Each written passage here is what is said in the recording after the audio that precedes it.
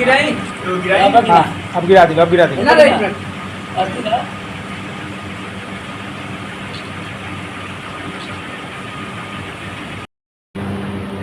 पूरे क्षेत्र में हम लोग घूम रहे हैं, गांव गांव हम लोग घूम रहे हैं और गांव में एक इस तरह का लहर बना है। मैं समझ रहा हूँ पूरे देश में लहर होगा। अपने अनुभव से मैं बता रहा हूँ, गांव में चले जाइए, किसी नेता की ज़रूरत नहीं है।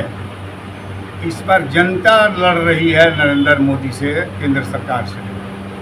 पूरा उद्वेलित है जनता और बदलने के लिए आतुर है। यह सरकार को बदलना जरूरी है। यह भ्रष्ट सरकार है, ये पूंजीपतियों की सरकार है, गरीबों की सरकार नहीं है। गरीब इस सरकार में त्रस्त है। महंगाई चरम पर है। आप देखिए, गैस का दाम 400 रुपया था, वो 1100 रुपया मिला सिलेंडर। पेट्रोल का दाम 54 रुपया था, वो हो गया 100 पार।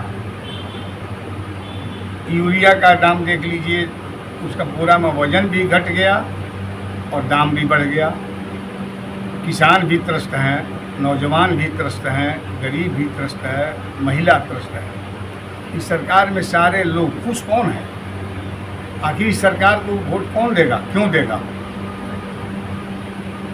पूरे लोग क्षेत्र में चले जाइए, हरिजन गिरिजन और जितने दलित से लेकर के और अति पिछड़ा अल्पसंख्यक, सारे लोग एक मुश्त कांग्रेस को वोट देने के लिए तैयार बैठे हैं। कहीं इन लोगों का वोट नहीं है, तो हवा में और प्रचार के बल पर ये लोग लड़ाई दिखा रहे हैं। क्या लगता है इस बार सरकार कांग्रेस की बनेगी? मैं तो उम्मीद करता हूँ कि कांग्रेस सरकार बनेगी सर, और राहुल गांधी जी प्रधानमंत्री बनेंगे, ये मुझे पूर्ण विश्वास है। और जिस तरह से माहौल देश में है, यह असंभव कुछ नहीं है, ये बनने जा रहा है। अब 4 तारीख का इंतजार करिए। फिर उनका नारा हो रहा है कि 400 पार, फिर उस किस ई पर कर रहे हैं, किस बेस पर कर रहे हैं? 400 पार का नारा दे रहे हैं नरेंद्र मोदी, जनता नहीं दे रही। जनता कह रही है 400 हार इस बार। ये 150 से 200 बीच में पूरे गठबंधन का इनको सीट आएगा, इससे ज़्यादा नहीं आने वाला है। जितना नारा लगा लें, देख रहे हैं उनका चेहरा कैसा उतरा हुआ, क्या क्या बोल रहे हैं।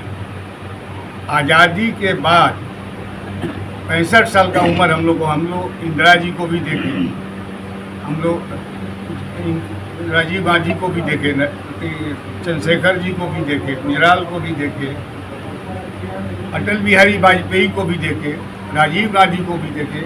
इतना घटिया प्रधानमंत्री, इतना घटिया भाषा बोलने वाला प्रधानमंत्री आज तक नहीं हुआ। प्रधानमंत्री कह रहा है कि 2 भैंस होगा उसका, कांग्रेस एक भैंस चुरा लेगी, मंगलसूत्र चुरा लेगा। इस तरह की भाषा यदि प्रधानमंत्री बोलता हो, ये तो फुटपाथ के कोई व्यक्ति भी नहीं बोलेगा। वर्तमान सांसद इतना विकास किए हैं और विपक्षियों का कहना है, आपके विपक्षियों का, कि आपके पास कोई नेता नहीं था, इसलिए ऊपर से टपका दिया गया, कांग्रेस को नेता नहीं मिला था। इस पर सांसद के विकास के बारे में आप क्षेत्र में पत्रकार हैं, आप क्षेत्र में घूम कर देख लीजिए। विकास का एक चीज़ दिखा दीजिए कि विकास सांसद जी का है। न कहीं एक नया स्कूल बना हो दिखा दीजिए, कोई नया अस्पताल कहीं बना हो दिखा दीजिए, कहीं नया कोई काम कर दिए हो क्षेत्र में, एक काम दिखा दीजिए, आप ही बता दीजिए एक काम हुआ है। और ये जो चिल्ला रहे हैं कि बाहर से उम्मीदवार आए हैं, आप बताइए। मैं तो उनसे पूछता हूँ कि नरेंद्र मोदी गुजरात से आकर के बनारस से चुनाव लड़ रहे हैं, कहाँ के उम्मीदवार बाहरी नहीं है? क्यों नहीं सवाल उस पर खड़ा हो रहा है? मिथिलेश तिवारी गोपालगंज जाकर बक्सर चुनाव लड़ रहे हैं, क्यों नहीं सवाल खड़ा हो रहा है? सीपी ठाकुर का बेटा जाकर के पटना से नवादा में चुनाव लड़ रहा है, इस पर सवाल नहीं पूछिएगा। आकाश सिंह जो चुनाव लड़ रहा है यहाँ पर, वह बिहार प्रदेश कांग्रेस अध्यक्ष का लड़का है। पूरे बिहार में घर गांव-गांव में उनका लोग है, वर्कर है, घूमते हैं, लोग जानता है। कहाँ बारी है? ये हवाई के बनाने से कुछ नहीं होगा। जनता समझ चुकी है सारी बात और जनता मन बना चुकी है कि इस बार चुपचाप हाथ छाप।